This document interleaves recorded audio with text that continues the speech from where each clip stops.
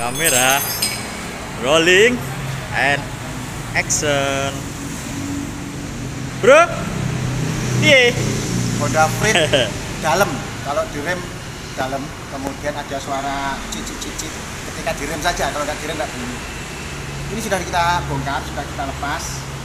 Estimasi ganti kampas rem kita memang sudah menurut kebiasaan mekanik ya, kampas remnya pasti habis. Setelah kita buka Kampas rem. ya, jadi fungsi daripada plat ini ketika kampas rem sudah habis, maka plat ini ya, ini yang nah plat ini akan menyentuh bagian permukaan dari cakram sini.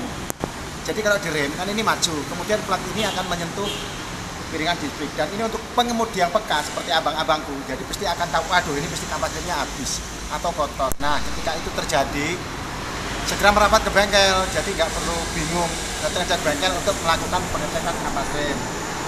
Nah ini kampas rem sudah dibuka, kondisinya memang sudah kehabisan ya. Ini Honda Freed kan semuanya matic. Oh, Honda Freed nggak ada manualnya kak ya? Nggak ada kan, matic semua. Nah ini, jadi untuk harga kampas rem ada yang di bawah 1 juta, ada yang di atas 1 juta juga ada, tergantung dengan pilihan. Tapi saran kami untuk mobil matic sebaiknya yang original, yang asli, biar nggak bunyi kalau dipakai rem. Nah dalam proses pengecekan kampas rem sudah waktunya ganti, ternyata mekanik kita kan memang selalu bukan cari-cari ya, tetapi mengkondisikan mobil ketika akan ada keluhan disampaikan sekalian ke customer. Jadi ini mobil ini kita sudah mengalami di mana fan belt, single fan beltnya itu sudah mulai retak, sudah mentah ganti, jadi nggak ada keluhan. Tapi kan ketika kita buka, fan beltnya sudah dalam keadaan kondisi seperti ini.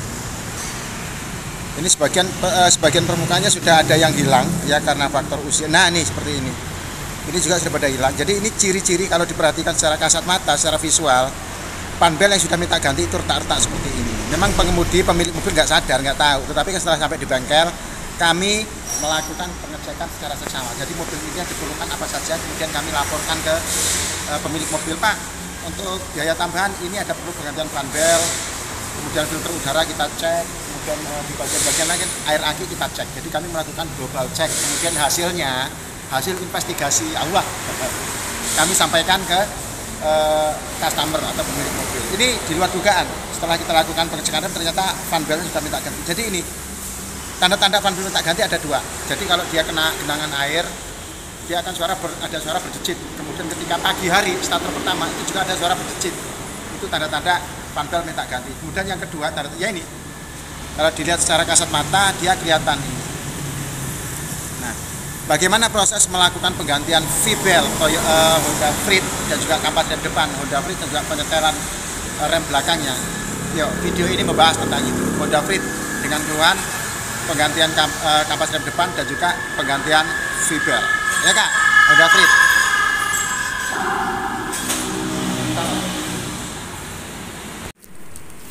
Baik, abang-abang, kita lanjut ke proses pemasangan V-belt. Kita menggunakan produk yang original ya, yang asli. Kemudian kampas rem juga kita menggunakan produk Honda yang original. Serinya catat di serinya ya.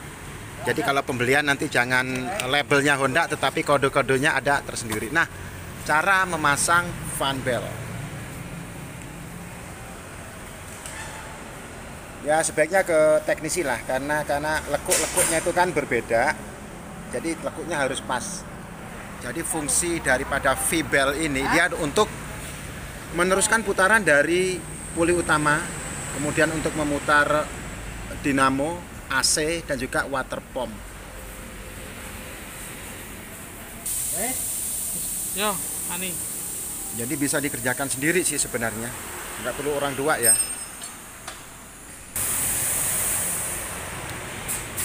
Jadi menggunakan kunci ukuran 19 mm untuk menarik setelan tensioner fleksibelnya. Dan ini adalah pemasangan ya, mulai dari dinamo ampere, kemudian dapat ke bearing stasioner, kemudian ke puli utama, kemudian ditarik ke kompresor, lalu ke water pump ya, kelihatan jelas ya. Nah, batasnya dari sana saja. Lekuannya seperti ini.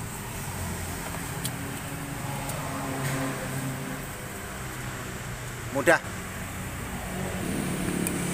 Lanjut ke pemasangan kanvas rem.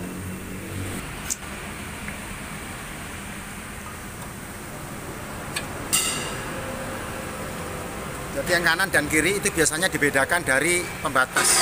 Ada platnya yang belakang, kalau yang nggak ada platnya di depan.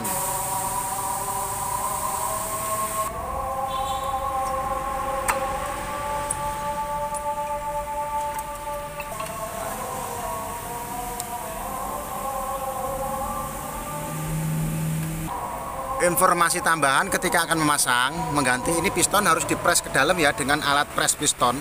Jadi kalau nggak dipres dulu ini nggak bisa masuk. Pastikan dia nggak macet, karena kalau macet harus bongkar karet kaliper.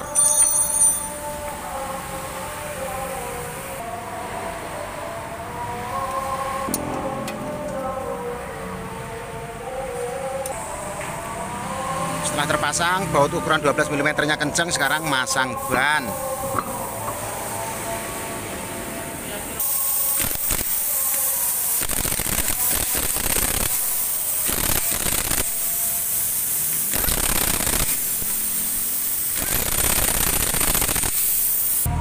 Barang bekasnya dia amankan, dipulangkan, diberikan ke customer.